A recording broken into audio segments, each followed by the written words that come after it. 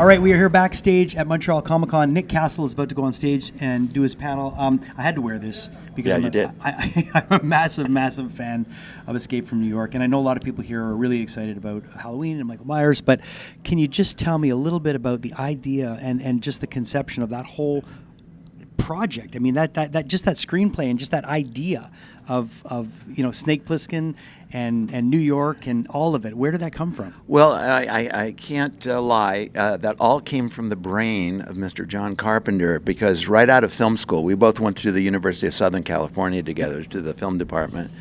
He came up with that idea for a screenplay. He did a real quick draft and then put it in the closet. He went and did 2 or 3 movies, and then the studio said, "What else you got?" He brought that out and he said, "I just read it, Nick, I need help with this." Okay. So I came on board after that great concept already happened, but so it was a good start. Do you remember some of the things you might have added to it that weren't there before? Well, a lot of I made sure that we really took into account New York itself. Yeah, right, yeah. What are all the iconic imagery that New York, and find the skewed, weird version of that we would find in this particular kind of New York, and then the humor.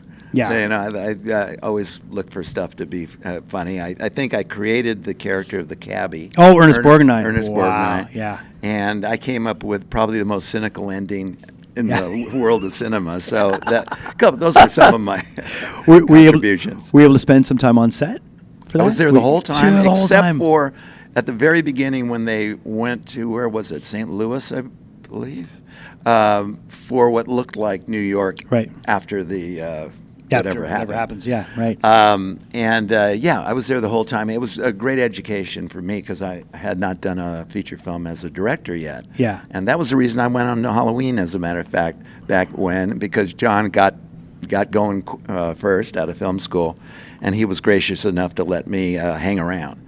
Yeah. When I went to the Halloween set, he said, "Hang around, put this on, and, and then the rest is history. At least you'll be doing something, not just bugging me." So that's history now. 180 years later, here I am in Montreal. Unbelievable. A lot of people, of course, love Hook.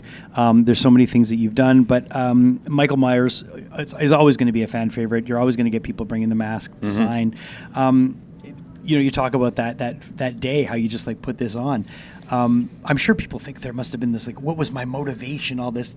There was no, right? There was nothing. You just put it on and walked. Well, I know you had motivation, but it probably wasn't as deep as some people want to give it. Yeah, your kid's making a movie, basically. Yeah. And John, I did ask John, basically, how do you want the walk? Right. The look, and he went, just go over there and walk over here, Nick. Shut up. I need to figure something out.